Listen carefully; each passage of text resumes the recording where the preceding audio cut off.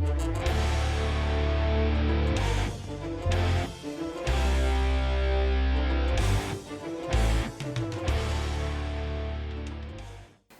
everyone. Hi guys. I'm Kevin. This is Logan. We are Cinema Suitcase, and today we are discussing not one of my favorite films, but one of my recommendations, which is Hancock. Yes. The most underrated superhero film ever. Yeah, definitely. Should we go into some statistics? Yeah. We're kind of awake now, so forgive us. Yeah, it took us like we woke up technically 2 hours ago, but it took us all that time just to wake up. Just like, we got to shoot an episode today. Oh, I don't want to. It's long. No, I wanted to shoot today. Yeah. I'm No, just definitely. rusty. I'm still used to, or getting used to the idea of leading episodes. Yeah. Okay, so this movie was directed by Peter Berg. Writing credits was Vince Gilligan, a boy. Breaking Bad, woo woo. Yeah. And then Vi Vincent Nago. I'm very sorry if I'm not pronouncing the name properly, but it's a bit of a tongue twister. Original music by John Powell. Cinematography by Thomas A. Schleichler. My goodness. Yeah, again, I'm terrible at pronouncing names. And then edited by Colby Parker Jr. and Paul Rubel. My goodness. Yeah. Why, you weren't joking when you said we had a bit of a lineup. Yeah, a lot of tongue twisters. Definitely, my goodness. Yeah. Alright, so shall we go to initial, first impressions? Not first impressions, but A background. background, basically, yeah. Yeah. Yes. My background's pretty short. Basically, what happened was that this movie came out, and I really wanted to watch it because obviously I was a big fan of Will Smith, obviously from Men in Black and stuff like that. Because I was mostly where I knew Will Smith from, and also Fresh Prince of Bel-Air, very good. Love that series. It is a very good series. And then I think my dad went to watch it the one day by himself. And when he came back home, he said, "No, you can't watch it. You have to wait until you get older. I'm gonna let you watch it now." And then it just kind of faded into black because the movie didn't really get a lot of good reviews. And people didn't really, like you said, this movie got a very bad reputation when it first came out. So and then a few years ago, I actually watched it for the very first time, and watched it last night with you. That was the second time I've ever watched it, and it's pretty cool. So it's like a type of Superman type movie, which is pretty cool and very interesting because Will Smith actually was. Warner Brothers actually wanted to cast him a few times as Superman, but then he always kept saying no. And Hancock basically is like his Superman movie, I guess. It could be, yeah. Well, it is his Superman movie. Yeah. Definitely. And, but yeah, other than that, yeah. That would be it. Yeah, that'd be it for my backstory. To be honest, my introduction to Hancock is vague. I remember when it first came out back in 2008, I was a massive fan of this movie. I got it on DVD, and I think I got it on DVD purely because it was on sale from a DVD rental shop that had too many extra copies, so it was dirt cheap. Yeah. And that's when I bought it from like a sale bin. You know those bins that have random copies. Yeah, the DVD sale bin. Yeah. And that's where I got that from, and I fell in love with it. I think it wasn't that hardcore for me. I wasn't really ever affected by violence or swearing, I sort of just brushed it off as the movie. Yeah. And I was always a hardcore fan of it. I think I was one of the youngest people to actually see it back in school days. Yeah. And I've loved it ever since. Unfortunately, my first copy was stolen, so I got the second copy. And then when I found the Blu-ray, then I was like, yeah, no, this is why I'm swiping this, because it's underappreciated. It is definitely underappreciated. Yeah. So, shall we go into the story? I think so. I'll guide us through the beats. Yes. Hancock starts off with... How does it start? My goodness. There's a car chase. It is the car chase, with right? The police chasing those criminals. You wouldn't think we watched it yesterday. Sorry, I'm so lost right now. It starts with this police chase, and quite a bad one. There's quite a few cop cars after an SUV type car. There's gunshots and firing and all this sort of intense chase. There's a news helicopter, I believe. Just a normal GTA 5 house. It's just a normal GTA day, yeah, of course. and we can't constantly cut between this chase and Hancock. This is our first introduction to him, where he's on a bench, like a public bench outside of a shop. He's just passed out. He's passed out. We see a lot of like brandy bottles or some sort of whiskey. Alcohol. Sorry, not whiskey. Yeah, and he has a lot of them. He has like a whole box, and they're all finished. So he's hungover. Anyway, he's stationed conveniently outside of a TV shop, which is playing the news in the window. And this young boy wakes him up. This young kid is like waking up, like, hey man, there's crime, like go do your thing. And then he's just like, go away. Yeah, he doesn't say it so nicely, but he does say that. Yeah, but he's basically going like, go away. Please leave me alone. Please leave me alone. Do not wake a drunk man. And he's like hungover, and his hat is all skew. So anyway, he takes like 5 minutes getting up. I think he even steals someone's sunglasses. That woman that walks past, he like grabs them, he puts them on. I'm pretty sure he had the sunglasses. I think he did. Yeah. He already I always mix those two up. He already had the sunglasses, because the thing is, like, he always has a pair of sunglasses on him. It's like his mask or whatever. I think maybe when I was younger, I always confused. That's where he got the glasses. Innocent-minded me. Yeah. In the meantime, he was just like on that woman's bum. Yeah. Anyway, he puts his glasses on. He grabs the last bottle of booze, and that is actually the coolest scene ever in terms of like Power's introduction, because he just blasts off and he destroys that bench, which I thought was epic. Because the way they did his whole wake up scene is so slow. Well, not slow, but you wouldn't expect such a harsh transition into like full blown action. Yeah, I will say it's a pretty cool opening. It is. I do like it. Yeah. So anyway, he takes off. He destroys the bench he was on, and I think he probably shattered the shop windows. And he flies over to these goons that are involved in this car chase. Lands right inside their car. Yep. And then they're all busy like shouting at him in some of the language or whatever. And he's just going like, guys. Of course, he's hungover. He doesn't need to be shouted at. Yeah. Oh, hold on. I just want to take a tea. So. Yeah, no problem. So he stops this robbery. They attempt to shoot him, which of course he's bulletproof, which doesn't work for them. So he destroys the freeway by putting his feet through the floor and tearing up the road. And then he also hangs their car on like an antenna type thing. Yeah. Which is quite interesting. Suddenly they transition from like, I think they were speaking Japanese. I think that's what they said. Well, I think it's like he said like, oh yeah, you make some Japanese joke, and then the guy's like, I'm not even Japanese, you idiot. Yeah, we're not Japanese, man. Okay, whatever they were speaking, it's some Asian language. And they suddenly transition to English. I don't know why. I just think that's kind of funny. Like, why were they going in whatever language they were talking about the whole time? Because that's all. Okay. Maybe they're like. I don't want to be. No, obviously, I'm not saying this is a derogatory way or anything like that. But people who have English as a second language, they tend to prefer to talk in their own language. Yeah, of course. And then obviously, eventually, when like he's hanging them by the car, they're like, dude, just chill. Chill. Yeah. Okay. Of course. That makes sense. Yeah. So they're obviously not primarily English, which is cool.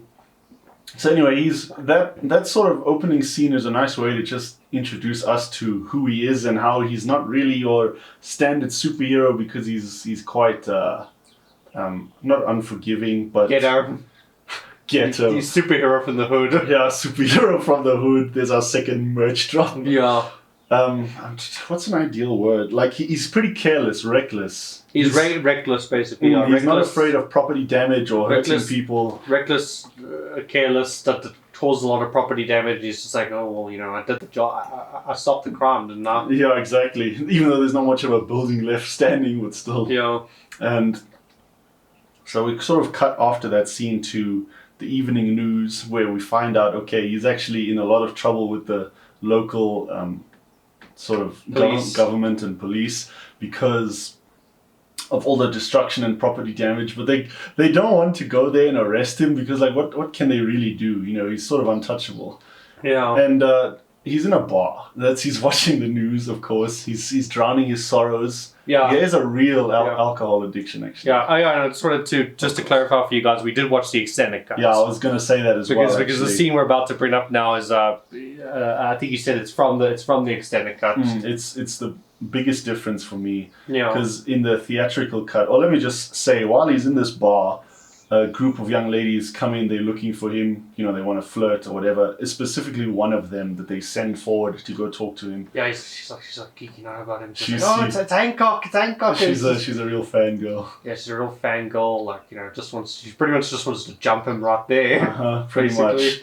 And that's the scene I'm talking about, because in the theatrical release, that scene doesn't exist. He's in the bar, and he talks to that woman, but like the old woman, but it cuts directly to his place after that, so you never see. Well, I guess also they couldn't include that scene in the theatrical because otherwise the movie would go from like a PG-13 to like an R rating. I think it was PG-13 actually, Hancock. Yeah, I think it was. So anyway, this chick, she pretty much wants to smash and dash him. Yeah, and he's not really open arms with her advances. He's just sort of conversing with her, very straightforward to the point. Very straightforward to the point. He's kind of like trying to just say just personal space, please. Social distancing. Where's your mask? Where's your mask? And then like he even says to her hey, just so you know, when I get to that part, you're gonna feel some blowback, so you might just want to get away. I love that scene. The holes in the caravan roof. Anyway, she shoots back, and then she's freaked out, and she sneaks out the bathroom, and it's just well, he warned you. He did say to you. Yeah, she got so frisky early. He was hold on, lady, I'm trying to explain what goes down, and she's like, no, give it to me, and then give it to me. Next thing she flies across the room. She's alright, but obviously she got spooked. And then she just leaves out his bathroom window, and it's you. That's the I really value that scene in this movie actually, because after that, and she goes to the bathroom, he thinks she's just freshening up or whatever, and he's talking to her, but he's trying to make her. But she's not responding, and then he notices, oh yeah, she snuck out the window and driving away. Mm-hmm. And the thing is, he's trying to connect with people. You can see it. Yeah. He's really an isolated and misunderstood person. Yeah. And I really like that scene because it adds a lot more depth to his character, which is never seen in the theatrical release. Yeah. You're right. Yeah, no, I was fine. I was just had a hiccup. Oh, okay, sorry. I was just putting it through. No worries. So the fact that that scene occurs is brilliant to me because, as I say, that's our first glimpse to seeing he's actually just looking for some sort of connection with somebody. Yeah, it sort of reminded me of Man of Steel with Henry Cavill's Superman, because I'm a big fan of Henry Cavill's Superman. I love him. He's he's a good Superman. Yeah, he's my favorite. He's my personal favorite Superman, and everyone's gonna immediately freak out in the comments saying it's Christopher Reeve. It's Christopher Reeve is very good, but what I was gonna say is that that's kind of what they were doing with Henry Cavill's Superman, is they wanted to present a Superman that kind of struggles to connect to humanity, and he's always judged for everything he's doing, and people are constantly canceling him on Twitter and all that type of stuff. So yeah, it just feels like that. And I think the reason why some people don't like it is because when they see a Superman character, they're just no, I want a hopeful Superman that always knows the right answer and always knows the right thing to say, and he's always hopeful and optimistic, and I want that Superman. And it's yeah, that Superman does exist. I mean, that is how Superman is and everything. But I feel in this era, a Superman like that's not going to exist. You're not going to get a Superman who's always hopeful and always I'm not trying to sound depressing or anything, but somebody like Henry Cavill's Superman and someone like Hancock they're more relatable. You can relate more to them because they have downtime as well. And I think that's why filmmakers actually try to do these versions of the Superman character, because the thing is that they're going the normal truth, justice, in the American way. Superman's I'm not trying to say he's outdated. In the comic books it works fine, but in the movie it doesn't really work, because the thing is people are just but that's not really realistic. If we actually had a hero like that who actually had these powers, they wouldn't always be like that. No, there'd be harsh times for them as well. Yeah, I mean, obviously, thank the Lord we don't have an evil Superman like Homelander from The Boys, but yeah, you always have that Superman that kind of struggles to connect to humanity and all that type of stuff. I think also if they made him always hopeful and upbeat, he would be a kind of flat character. Because even Superman, yes, he has strong morals and he's very upstanding, but if he didn't have those moments of doubt, he would be a very flat character. Yeah, and I feel that's the thing.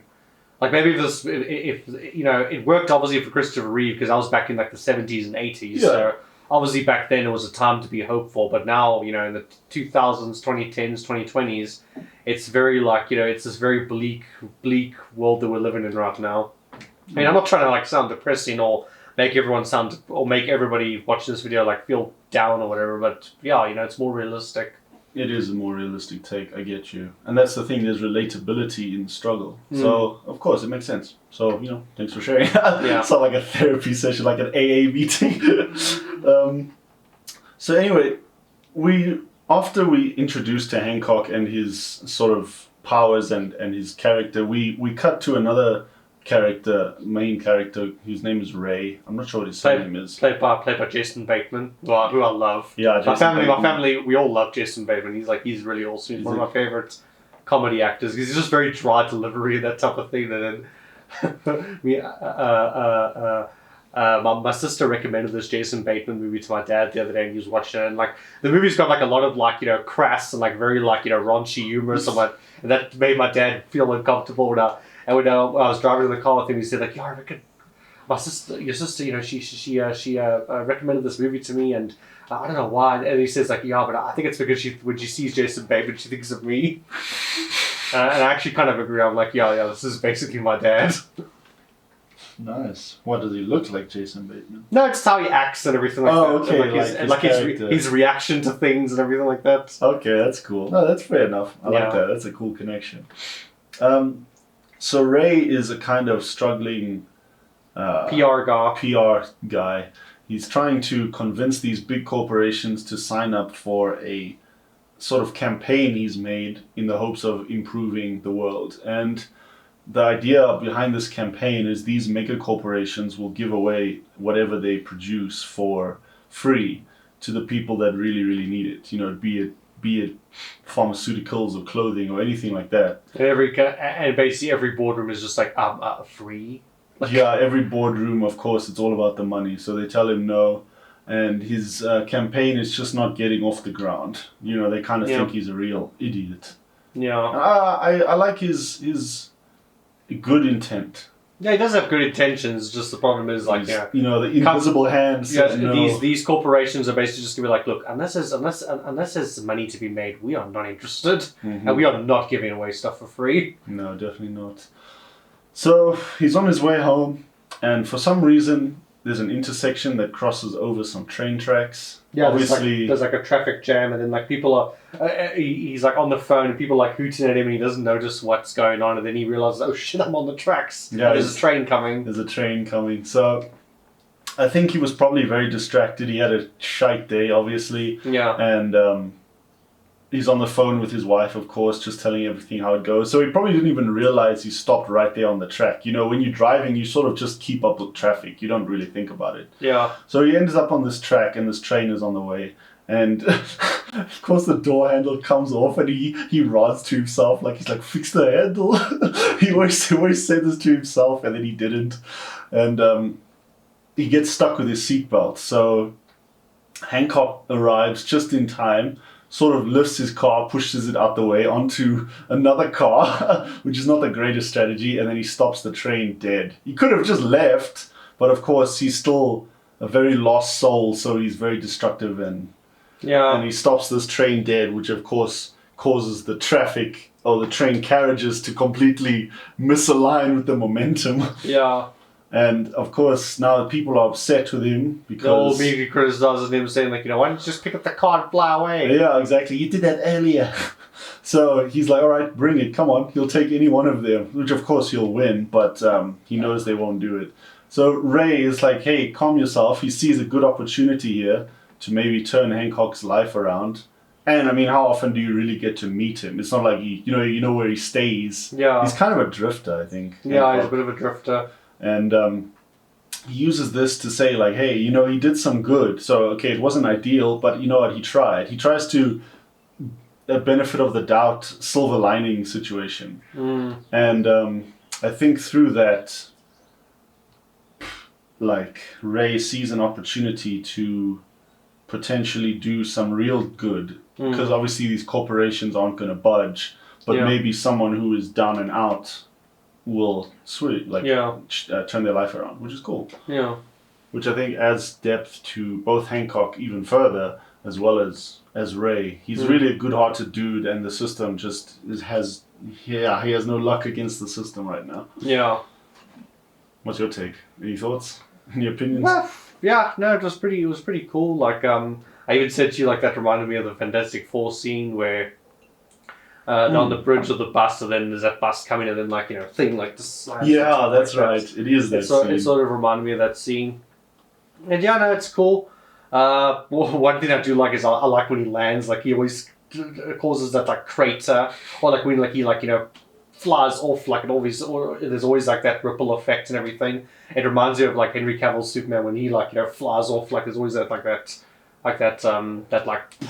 yeah, that little shockwave type of thing. And especially, like, the scene in Man of Steel where, like, Superman is, like, learning how to fly, like, because that's my favorite scene in the whole movie. Like, he's constantly, like, he's, like, falling into, like, this ice and the snow and everything he's making these giant craters and everything. I don't know. I just really like that. I always enjoy those sort of impacts as well, which is why I like the train scene so much, because to stop that thing dead, yeah, that's a lot of force in that moment. Anyway, I'm going a little bit off track. Point is, Ray needs to get home now, because his car is obviously totaled. Yeah. And he needs a lift, so Hancock flies him home, and he ends up being invited for dinner. Yeah. So he meets Ray's family, which is his son and his wife, played by Charlize Theron. Charlize Theron, yes. A South African. Woo-woo. Yep. Shout out. And I'm not sure what her name is. Her character name. Because he usually just refers to her as like Babe or something like that. So. Okay, well, it doesn't matter. Point is, let's just call her Charlize. I'll just call her Charlize. It's easier. So Charlize is obviously skeptical of I almost said Iron Man, goodness, of Hancock. She's aware that he's not well liked by the city, and she's kind of spooked but also intrigued by him. So she puts on the news. Oh no, sorry, that's a later scene. But they have this dinner, and he kind of converses with Aaron, the son, talking about a bully problem, but Charlize does not agree. She's kind of she really just has this off-putting vibe with Hancock. She doesn't want anything to do with him. She wants him to leave. Uptight. She's very, very uptight. Yeah, that's a good way of saying it. She's uptight about him being there. Yeah, just like like saying like, oh, yeah, but his parents are going through a divorce. He's going through a very hard time, and I'm just like, yeah, he's going through a very hard time. It is understandable and everything, but he's still bullying the kid. He's still pushing the kid around. That's still not cool. But anyway, I was going to say now, she's basically outnumbered because Aaron likes Hancock, and Ray wants to work with him. So she's kind of on the losing side, and I think she sort of gets salty about that. Anyway, Hancock leaves. He's on his way out, and Ray pitches to him. He's like, okay, do you mind helping me with this, thing, and then I'll make your life better. Something like that, He sort of wants to turn Hancock's life around, because he's like, I see deep down, you're actually, you're a right guy. There's nothing wrong with you, but you're definitely misunderstood. So he wants to get him on the right track. Yeah. But, okay, to give you just a little bit of a break, it's pretty good. Basically, we get the whole bit where, like, he's having a conversation with his wife, obviously, when they're in bed and everything. And she's saying, like, he's destructive, he's irresponsible, all this type of stuff. And then Hancock's obviously up there listening. And then Hancock also kind of just gets to that point where he's just like, okay, fine, I need to, like, be better or whatever. So he wakes up the next day, like, flies down, like, lands down there, and we get the very funny scene with this this I think his name's Michelle or something. Michelle, like that. the bully. Yeah, the bully kid. He's like this kid with this like really blonde hair and everything. Thor wannabe. He's like there. He's like like oh you are an asshole. The way he says it, he has like I think he's a French. Yeah, it's French. Yeah, because when he said that, I was like, oh okay, he's French. He's French. Because I could pick up the accent, and he keeps. And then there's a whole funny joke that they repeat a few times where it's like Hancock doesn't like being called and then like when people call him that, he's like, call me an one more time. One more time. Yeah, I love that recurring line. And then he basically picks the kid up, he throws the kid up into the air, and then like Ray comes up like, hey, what's up? And then Hancock keeps looking up. And then Hancock keeps looking up, just like, yeah, let's just get inside, and then he catches the kid. The kid's traumatized. Yeah, he's shocked. He's gonna need trauma for life. And then Ray's like, like how's that conversation with his mom gonna go? And then they're on their way inside because this is Hancock's first day of training. So they have to, obviously the first step to recovery is admitting you have a problem, right? Yeah. So Ray shows Hancock some of his previous heroics that have ended with like some sort of destruction, like the whale and the apartment fire where he goes to raid the ice cream truck and that sort of stuff. His clothes are torn and tattered, and he's like, he's like, come on, Hancock, there were children there. He's like, have you ever tried to put out an entire fire building? He's like, no, I haven't. Anyway, as they're still walking in after he just arrived, he's like, you really need to come in with softer landings because he destroyed the road, as we just mentioned earlier about the impacts he leaves. Yeah. And he's like, no, that was there when I got here. He's like, I know my street. Don't lie to me. I live here. So it's just Ray and Hancock at home. Hancock is kind of getting upset. He picks him up with the bottle because obviously Ray is calling him out on how he's being a dick, basically, and he's deep down he's good, and they have to sort of really address this issue. So the wife comes home, Charlize and Erin, and she puts the news on, and it turns out they're calling for his arrest. The city, whoever it was, is calling for his... Oh, I thought it was finished. No. I was just reaching out my arm. Oh, okay. Yeah, they've called for his arrest, and Ray thinks this is actually a good idea because there's no better way to change the public's view of him than by actually changing his actions. And by going to jail, he's admitting he was in the wrong and he wants to do better. Yeah, it's a good approach, actually. Yeah, it is. So I don't think it was really the goal that Charlize wanted. She seems very upset by that idea. She was just hoping Hancock would be out of their lives and that would be it. But Ray was like, no. Go to a different city. Just leave LA. Yeah. And then Ray was like, no, this is a good idea. So he gives a public announcement. I'm not sure where he was for that announcement. Some sort of union building maybe. And he says he has a lot of issues and he's willing to do better. And he goes to jail. That's it. Hancock goes to jail. Yep. Which I think is great. So they have this sort of like montage of him being put into jail. Fingerprints, handcuffs, uniform, mugshot, all that stuff. And now he ends up in jail. He's reborn, as it were, because he's trying to be the nice guy. He's not trying to instigate fights. He's like, I just want to go to my cell. You guys do your thing. There's these two guys standing in front of him. They're not letting him pass. And he's like, if you don't let me pass, your head is going up his butt.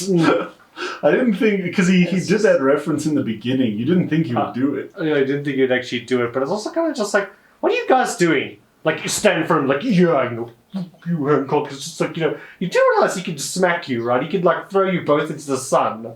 Like, into the sun? I was thinking into the wall. You're like, into the sun. He could do that if he wanted to. He could, I'm sure he could. And he didn't even have to try hard. Yeah, exactly, man. So, I'm going on a little bit here, but basically he goes to prison and now this is Act 2 where he's going on the path to righteousness. Yes. He's going through rehab and he's learning to become more socially accepting and accepted. Yeah. It's a two-way street. So he gets frustrated around. I'm not sure how long his sentence is at that point when Ray visits him. They said 8 years or whatever. Yeah, no. I mean, I know 8 years is more like 4.5. I think it's more like in a sense of that they're basically he's in prison, but they haven't given him his like his actual full sentence yet. Yeah. And then when Trace tells him it's 8 years, he's like, hell no. He gets up and he wants to break out. That's what I'm saying. I don't know how long he's been in jail at that point. Like a couple of days, I think. I think it's just been like a couple of days for him. Anyway, he wants to leave, and then Ray said, you're just proving them right. You should just stay in here and trust the process. And eventually, because the crime rate is going through the roof now that you're no longer here, they will call you. Just wait. So you can see Hancock kind of like, he tears up and he's frustrated because he knows Ray is right, that the world sees him as a huge, prick. Yeah. And so he decides, no, okay, I'll stay.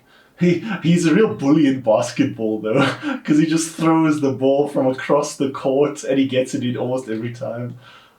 You know those scenes? Yeah. So now he's serving his time in prison, and it's very reflective time because you see him a lot. He keeps to himself, and he draws on all the walls in his wall. Like he draws family and that eagle logo of his all across. He draws with his nails.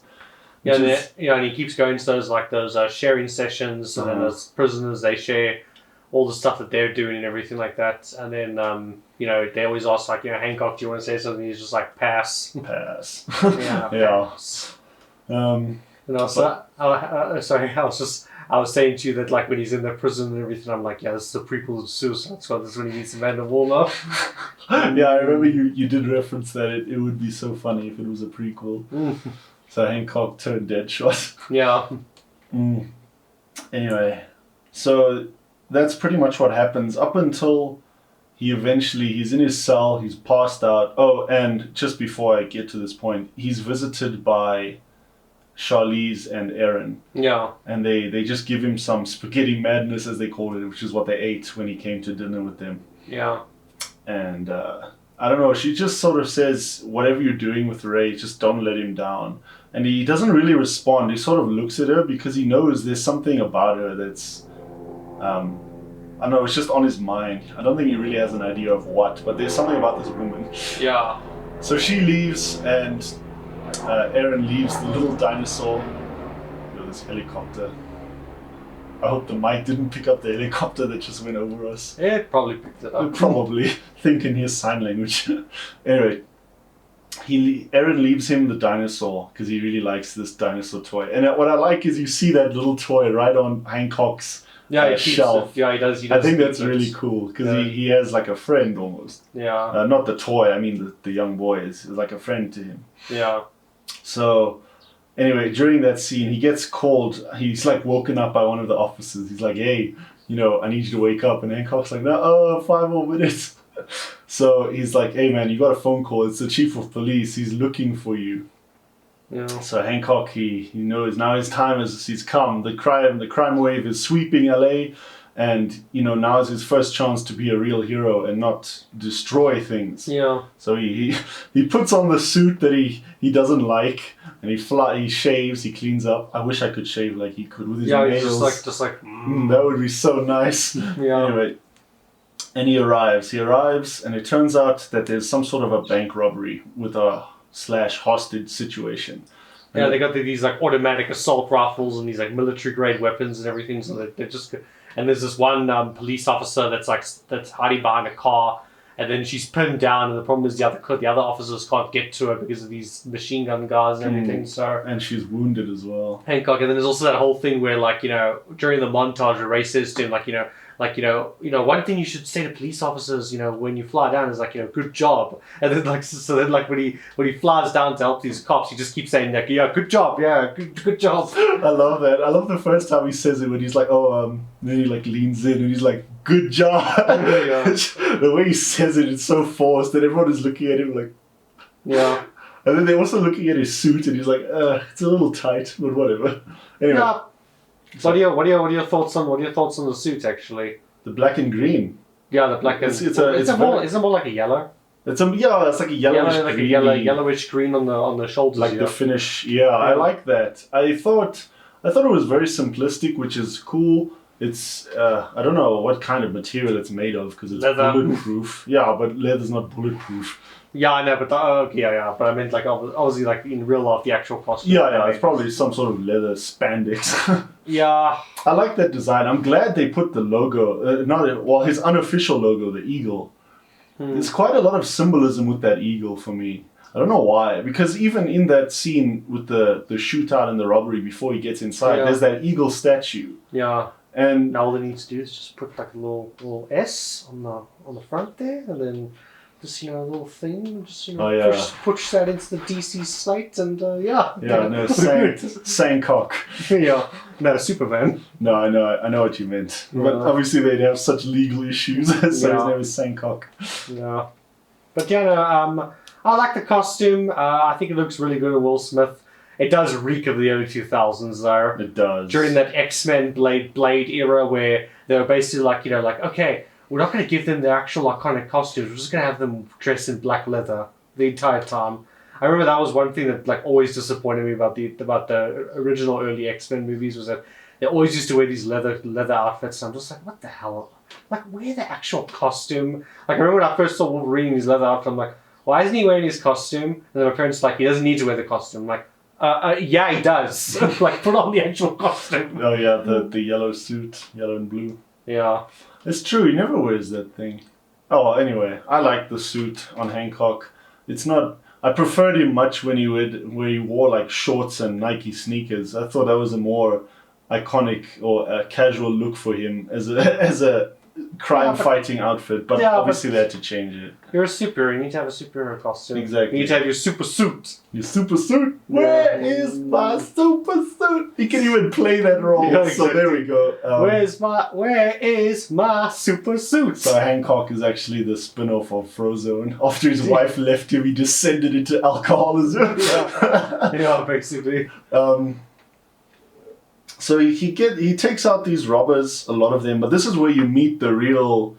He's sort of the antagonist of the movie. I think Hancock is actually his own worst antagonist. Especially in the early phases. He refuses to improve himself until he's forced to. Yeah. He's kind of his own worst enemy. But also this guy is also the main bad guy of the film. Whatever his name is, hook-hand. They just called him Red on the news. Like, I don't know, Mr. Kentucky Fried Southern accent. That's... He's actually... I do know that actor, though. That actor actually is British. So when he started... At first I thought, he's going to have a British accent. And it was like, he's got a Southern accent. I'm like, oh... You should have said him had a British accent. Anyway, he's robbing this bank, and Hancock foils his plans, and he also chops off his hand, saving all the hostages. Like takes that drum set, turns it into like a bladed weapon, like what's his face in Mortal Kombat, just fatality. Oh, Kung Lao, yeah. Yeah, Kung Lao takes his hand off with that pressure sensor because he called him an. Don't call him an. Time you hear that word, that like drum beat plays, boom, and Hancock's like, oh hell no. He's just like, call me an. He's like, oh, I really don't like that word. Yeah. Then he just chucks that disc he made and cuts his hand off. Yeah. Love that. So anyway, that's cool. You'd think that would be the end of it. Like you wouldn't see him, that villain again or bad guy. But I don't know. They need some sort of antagonist for the movie. Of course. So obviously and I'm like, oh, he's coming back. He's not a thing. So I think at this point he's pretty much. I think he's let out of jail. Yeah, just let him out of jail. They were like, point. You know what, whatever, man. You seem alright now. It's cool. You saved.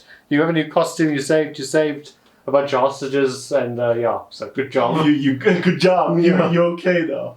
Yeah. So he to celebrate, he goes to a family dinner with Charlize and Ray and himself. This scene to me is fascinating because of what they do with the camera, and I'll circle back to that when we talk about camera.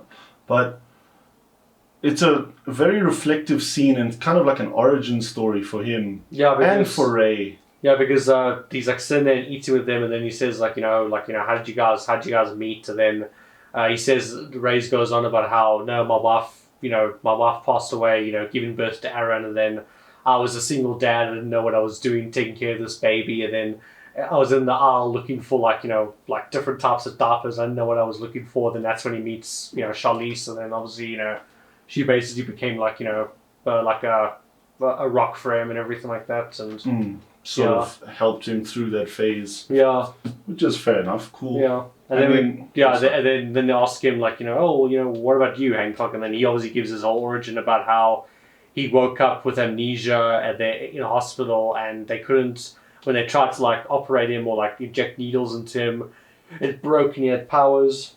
He obviously had like invulnerability and everything. And then he couldn't remember his name, and then nobody came to collect him, and then nobody came to collect him or whatever. And then when the nurse asked for his John Hancock, that's where his name, he got the name Hancock and everything. And they said like, oh, why did I ever read about this in newspapers? Like it probably was in newspapers 80 years ago. 80 years ago, yeah, because they don't age. Yeah, because in 1920, he was back in 1928. Because this was 2008, so that would be 1928. Yeah, if you take it like that, true. So that's pretty much his origin story. In a nutshell, they cut to after, like, because everyone's sort of in tears at this point, like a little bit, it was quite an emotional scene, and they eventually end up going home. Ray's drunk, so Hancock is taking him up the stairs, putting him in bed. And this is where the film takes an interesting turn, because I didn't really expect it, but basically Hancock is not letting go of this feeling that there's something up with this woman. Like, he knows something is up. So he goes and I don't really know what his plan was, but they kiss, and then she basically like pushes him, and then he goes flying through the house and like into the street and like slams into a car and everything like that. And you're like, oh, okay, so she has superpowers too. Yeah, she's basically the same as him. She also has the same powers. She throws him and the fridge. Yeah. So he leaves, and it immediately cuts to Ray waking up, getting his morning coffee, and he turns and he looks. There's this huge crater in his wall. Yeah, and then before that, Charlize, she goes out to where the fridge is, and she goes to go get some eggs. And then when he sees this crater in the wall, she's like walking up saying, "Oh, hi, honey, you want some eggs? Want some eggs?" Yeah. And she accuses. Well, she doesn't accuse, but she said Hancock sneezed. Yeah. And that's the reason there's a huge hole in the wall. And she even like plays down her powers. Yeah, she plays down, and then like when she gets out a jar, she tries to open it. She like pretends to be weak. She's like, "Oh, honey, could you like open this or whatever?" Then he gets a towel to obviously open it and everything. Yeah, no, she plays it well in terms of keeping it undercover. She's real sly. Yeah, then basically, and then there's a whole thing where Hancock shows up, and then he's like basically like testing it, like he like tries to like stabs her with a knife, it like breaks. He like smacks her with like a wooden pin, then like gets two pans. He's about to hit it, and she turns around. And he's like, I know there's something up with you. I want to talk to you like alone. And he's like, I could do this all day. Yeah, I could really do this all day. I love how Ray is on the phone as well, and he keeps making noise, and he's like, do you mind? Yeah. And Hancock is just breaking the whole kitchen apart. Yeah. So she agrees to meet him at his caravan park. No address, no nothing. Just meet me at my trailer, which is in some desert. Well, she probably flew around the planet, looked for it, found it, and then was like, okay, fine, let me come with my car, just to not be conspicuous. Mm-hmm. Yeah, that's true actually, because in the theatrical release, she doesn't drive up at all. It starts where she steps into his trailer. That whole beginning part of her driving up doesn't exist in the theatrical. No, okay. So I thought that was very unusual. Like, why would she drive there at all? Yeah. Anyway, they have this conversation, and they sort of hint that they had a past together, which we elaborate on much later in the film. Not much later, but later. And the whole idea is Hancock is not accepting her answers because she's being vague and obscure, so he's like, no, I'm gonna go and tell Ray. He's just like, you see, he's like, so what are we to each other? Like, brother and sister. And he's like, bullshit. Anyway, what is your take on that? Because they can't be brother and sister and husband and wife unless they're, from Alabama. No, I think also she's just trying to lie to him. She's trying to like trick him or whatever, and he's obviously just like, nah, man. no way are you going to be kissing me if you were actually my sister or whatever, like that. Do you think? Okay, sorry, you finish first. Yeah, no, sorry. I think it's also just like, because we find out later, obviously, that they're like these immortals, part of this like immortal race of beings or whatever, and they've basically been lovers for like thousands of years or whatever, and then they sort of had like a breakup or whatever, and then because Hancock was defending her against someone, because the problem is when the two of them are together, they are just normal people. They don't have powers or anything like that. It's when they're apart from each other they actually have these like Superman-like abilities, and so basically when he was, and the thing is, people always turn on the two of them. It always happens to them every millennia or whatever. And then he was defending her, and then he got knocked on the head like really bad, which causes amnesia. And when she went to the hospital to go fetch him, and she found out that like he didn't even recognize her, she was kind of like, wait, this is, we should actually just rather be apart from each other. Yeah, she used the chance to forget him. Because the problem is that our relation, us being together, it's just too destructive and everything like that. And then obviously, she was living by herself for like 80 years or whatever. And then that's when she actually meets Ray at the supermarket, like thing. And then and he's basically her chance of just she just wants to have a normal life. Normal life, exactly. And that's why she's so upset with Hancock, because he always comes back and like ruins whatever she's built. Not purposefully, but still he does. Yeah, because it's fate. Like they're always destined to meet up with each other and everything like that. True. And she even says you decide your own fate, which is kind of cool towards the end, because they don't end up together. I think, coming back to my original question, I think she said they're brother and sister in a like a metaphorical sense, like how I would call you, like you're my brother, but we're not related. Yeah. I think that's what it means. She's sort of like same species, we're brother and sister, like that. That's how I take it, because my goodness, I don't need Hancock ruined by some Game of Thrones stuff. Yeah, exactly. Yeah, no. So, and it could be that she could be referring to it that way. I think it's more just a sense of maybe she's, because obviously he doesn't remember everything, so she's trying to sort of like give him some false information so that he would stop thing, but also just so that he doesn't think. But obviously Hancock he just sees right through it. So that type of thing, and it kind of reminded me a little bit of in DC Comics, Hawkman and Hawkwoman. Because, Hawkman and Hawkwoman, their origin is very complicated. They've got multiple different origins due to reboots and everything like that. And the problem is, every time they show up in a comic book, it's always a different. They can never make up their mind which origin they want to keep and which origin they want to. Sort of like Joker, Dark Knight. Yeah, exactly. But basically, the main origin is that they're like part of this alien race. I think they're called the Thungarians or whatever, and they're basically like this Green Lantern sort of like police force type of thing. That's the main origin that most people know. But then there's the other origin where they're Egyptian gods and they're immortal. Well, immortal in the sense that they do die, but the problem is they get reincarnated every like few decades or whatever, everything like that. So like a phoenix. Yeah, like a phoenix type of thing. So the two of them being like these like lovers who are always immortal and everything like that. It kind of reminded me a lot of like Hawkman and Hawkwoman. So maybe they drew inspiration from that. It's entirely possible. I mean, a lot of things would be inspired by other comics for this movie, so it's entirely possible. Anyway, Hancock is frustrated with this woman because she's not being straightforward. She's kind of like, typical one-word answers. One-word answers, how was your day? Okay. Okay, how you doing? It's like, I'm fine. It's like, oh, well, I got a promotion to work today. Thumbs up emoji. Yeah. What was I doing with that? Yeah, what was I doing with this information? Anyway. So he says no, he's gonna go and tell Ray the truth that she's also a superhero type lady. And she's like, no, she doesn't want to. She wants to keep her life separate, and that she agreed to meet him and answer his questions if he'd leave. But he says, no, deal's off, I'm telling Ray. So they have this fight in the city, which is kind of cool. Like, you can see it's late 2000s CGI. He's very like green screen-esque, but I love it. I love that about it. The only thing that doesn't make sense, like I'll cover the fight scene in more detail now, but the only thing that doesn't make sense to me is the tornadoes. Yeah, that's what I was saying to you as well. I was like, we were just sitting watching this. I'm like, why is there tornadoes and storms? And is she like stormed? Does she have like electricity, like weather powers or something like that? And then you were just like, no, it's just like, I don't know, maybe it's just their energy together. That's what I was saying. I think it's when their energy, like when they come together and they obviously fighting, then shit happens like that.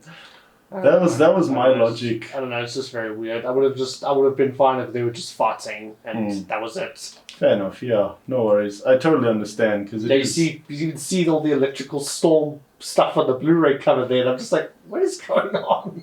Yeah, no. There we go. For the people. It's like the stormy cover, and that. There is that one funny bit where they're busy talking, and then sort of like how he has the whole thing where like call me all the time. She has a thing where you're crazy, and she's like, and she stops and she turns like, call me crazy one more time. Cuckoo. I love that. I think that's the writers being very bitchy with their wives and everything, because there's always that joke where like if you call obviously I don't mean to be sexist and I'm not trying to offend anybody, so I do mean this. I'm just joking around you and everything like that. But when you call, don't ever. There's always that rule amongst men: don't ever call a girl crazy because she will kill you. She'll butcher you, leave you in some ditch. She'll butcher you or whatever. So so I always thought that was very funny. That she has meta commentary. That she has her own like little thing similar to him. Yeah, her own phrase. I had the same thought. I was like, I'm glad they did this. It's not the same phrase, but it's pretty much the same effect. Yeah. So they have this huge. Well, it's not a huge fight, but they have a fight while Ray is giving a pitch meeting to another corporation. He's trying to sell his All Heart brand again, but they're not interested, of course. They're like, can we just talk about Hancock? Can we just talk about Hancock? Yeah, that's literally all they say. It's like, I thought we were going to talk about Hancock. And he's like, number 2. He keeps going off about his pitch, and they just refuse to accept it. Yeah, and Leonard from Big Bang Theory. Yeah, Leonard from Big Bang Theory. Makes a cameo, which I thought was pretty cool. So during the fight, the office building he is pitching in is conveniently damaged by their fight. So he can sort of see them have that fight on the street, and he clicks, okay, this woman is like OP, So he works out something is wrong with this lady. So Hancock has her pinned, even though she said she was stronger than him. So I'm like, Anyway. I think that's more just like her just trying to show off. Yeah. Just trying to show off like, yeah, I'm stronger than you. Yeah, or she's like... Yeah, because I was also thinking to myself like yeah, but why would you be stronger than him? Like, that wouldn't make any sense. Like, give me an actual reason why you're stronger, not this vague one-word answer stuff. Anyway, he apologizes to her because obviously he still doesn't have a memory of who she really is. So he apologizes for whatever he might have been or done in the past life. Because he thinks he must have been like some total to have been hit like that or whatever. So he apologizes to her, and then they both sort of work out, okay, Ray has seen them, the secret is out. For some reason it then cuts to them being at home. Not them. Ray is at home. He just went home. And it must have been like a couple hours later. Well, obviously the meeting's over. They're not going to continue on, and he's obviously upset, so he just wants to go home. Have a beer. Wants to go have a beer, have a beer, play games with his son, whatever. Exactly. So they both arrive, and he confronts them. He's like, what the heck? You couldn't have mentioned that on the first date. That's what I love about how he says it. He's like, yeah, it's something you bring up on a first date. I'm immortal. Yeah, like I'm allergic to cats. I like long walks on the beach. I'm immortal. And so they sort of go their separate ways. She leaves. She goes somewhere. Don't know where she goes. And Hancock is also sort of distraught. Everyone's fighting at this point. Yeah. Like, they're not talking to each other. So he goes to the liquor store, obviously, to go, trying to indulge himself once more. And then he goes up to the counter, and the guy's like, $91.50. He's like, $91.50? What are you talking about? And then the guy's like, sort of like signaling him that like there's a bunch of burglars underneath, and he's like, just reaches in, like pulls them out, like throws them through the window.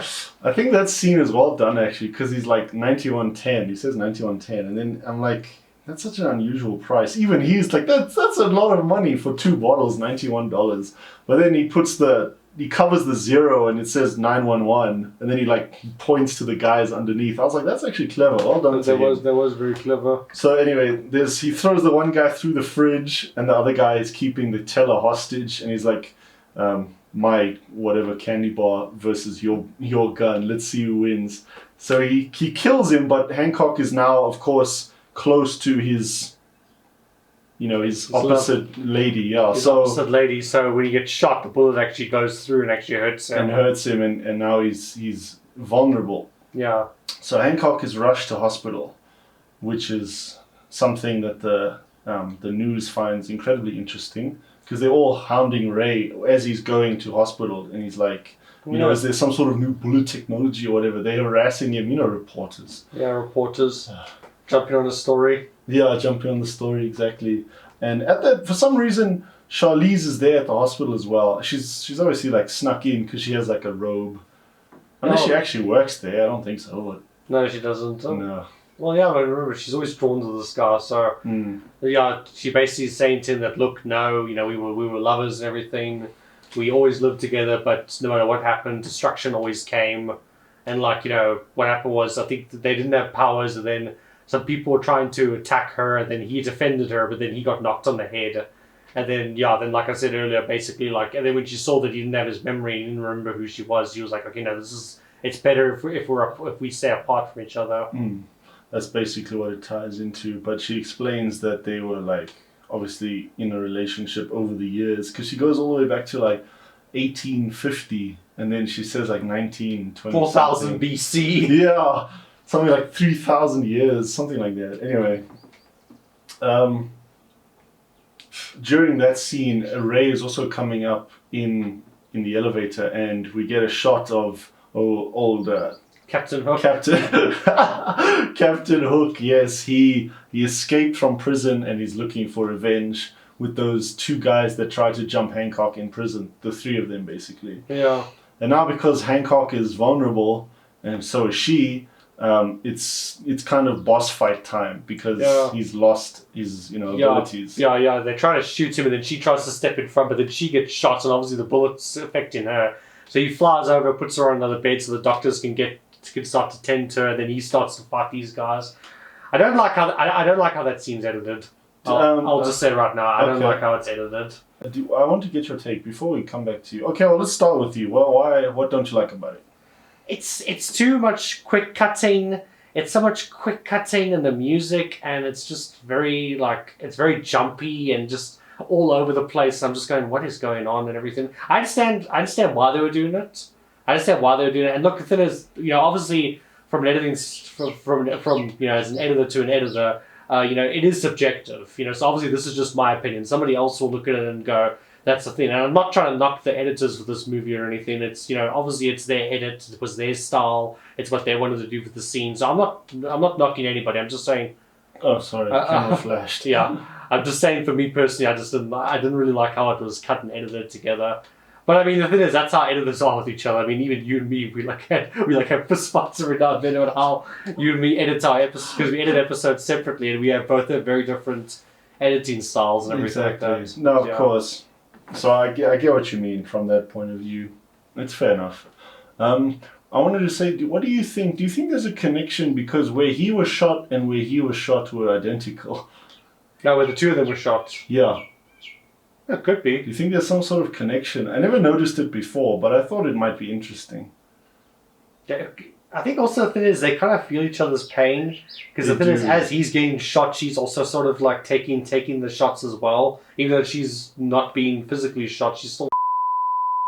Alright, so what I was saying before the camera cut off was that she's sort of feeling his pain, but I think actually, well, now that I think about it, what I think what actually was happening was that as he's getting shot, they're busy obviously using the things to revive her, so her body's going up and down like that. It's kind of. Oh yeah. So I guess they're trying to edit it to the beat, so that it's the exact same. I get the connection. Yeah, I think that she does actually feel the pain, because remember when he gets stabbed. Yeah. She she also screams, and like Yeah. when his face gets bashed by that canister. So I think she does feel it, but I see what you mean with the whole, Yeah. defibrillation machine. Yeah. Is that what it's called? I think so. Okay, whatever. Point is, I don't mind that scene. You said you don't like how it's edited. I can agree with you. It's a bit janky. It's a bit janky and a bit kind of like all over the place, but again, like I said, it's just a editing style. Obviously, from one editor to another, everyone has different styles. It's just for me personally, it wasn't like how I would have edited it or whatever like that. No, it's fair enough. It's perfectly subjective. What do you think of like the main bad guys? Because the two lackeys, they got wrecked quickly, thankfully. I like that. They basically went flying. I enjoyed that. But what do you think of Captain Hook? I just go like, dude, just die. Yeah, he has a bit of a grudge, doesn't he? Like, okay, it's understandable, especially if Like, the team they're trying to make him like Hancock's Lex Luthor or something. I'm just like, nah, man, this is boring. Like, come on, give him an actual villain, an actual super villain for him to fight. Somebody actually with powers. That would have been more fun. But I don't know, the whole just like a normal guy going after him. Just like, so boring. Fair enough. I like him as a villain. Not because of who he is, but because he doesn't have powers. Because I still think that the biggest enemy in this whole movie is Hancock himself. Yeah. He's the most self-destructive person in the whole film, and it takes a real wake-up call. Others are dying because of him to actually turn his life around. Yeah. And in his like, when Hancock is down and out because he has no powers, now he has to deal with this other idiot. That's a real challenge because he has to look inward and face his problems, which I think is cathartic, Yeah, exactly. So I like him as a villain. Okay, I know he's a bit wonky and he's got a hardcore grudge, but from an introspective, is that a word? Inward-looking study, it was necessary for me, and I'm glad. Yeah. So that would be my take. So anyway, Hancock eventually defeats this guy. No, he doesn't actually. So Ray comes with the axe and like chops the guy's other hand off, and he's like, "Really? Really?" And Hancock is basically killed. He's been shot a few times, as well as Charlize. She's also dead. And for a long time, you think that's it, they're gone. And it's actually nice because they have the like fire system spraying the whole time. Yeah. It's very like ambient scene. Anyway, Hancock Gets back up. He gets back up barely, like he's barely clinging to life, and he realizes he has to get away from Charlize, like proximity-wise, in order for them to be saved, both him and her. And I really like that first jump where he jumps out the hospital window and he lands on the bus. That thing is cool. So as he gets these like leaps that are very weak, he doesn't jump very far, but he's getting there. And her heart rate starts coming back alive. Cool. Yeah, that was pretty cool. That was pretty cool. But I really like that last jump he does. And he like shouts and the echo. Oh. Yeah, he just like flies up to the moon and everything like that. And while you hear that echo of his voice, like her eyes open, I really like that editing technique. Yeah. I thought that was brilliant. So now they survived barely. And Hancock, I think, he probably disappeared for a couple of weeks. I think he just spent time on the moon. He's just like, I'm just going to sit on the moon, yeah? Yeah, I know. Yeah, then it cuts to a month later. She's fine. She's eating ice cream and Aaron and everything. She's walking with Aaron and Ray. And then Hancock, calls him up, and he's got his, suit on and everything.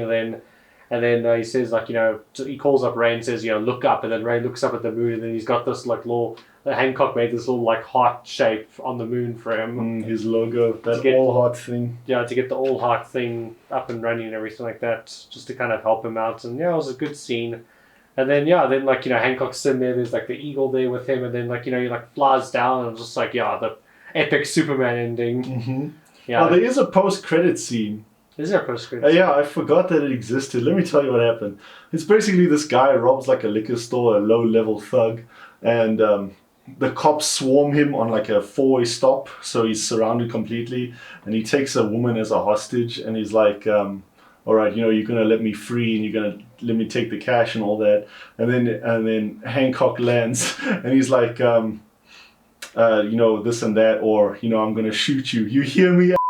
And Hancock just smiles. He's like, you've done it now. And then that's how it ends. It's like, okay, nice. That is actually pretty good. He really doesn't like that word. And that's the end of it. I like this film. I know you shouldn't think too much about it. Yeah. But it's. I still argue if this movie came out around 2019, when cinema started exploring darker versions of the superhero comics, like look at Brightburn came out then, look at The Boys, there's another example. Hancock would have done so much better. Yeah, I think it would have done well during the MCU and the ban of superhero movies and everything like that. So. Well, Hancock is before its time. Yeah, it is before its time. I remember even saying that to my friend as well when I watched this movie for the first time. It's before its time. And I definitely recommend it. I love it. I love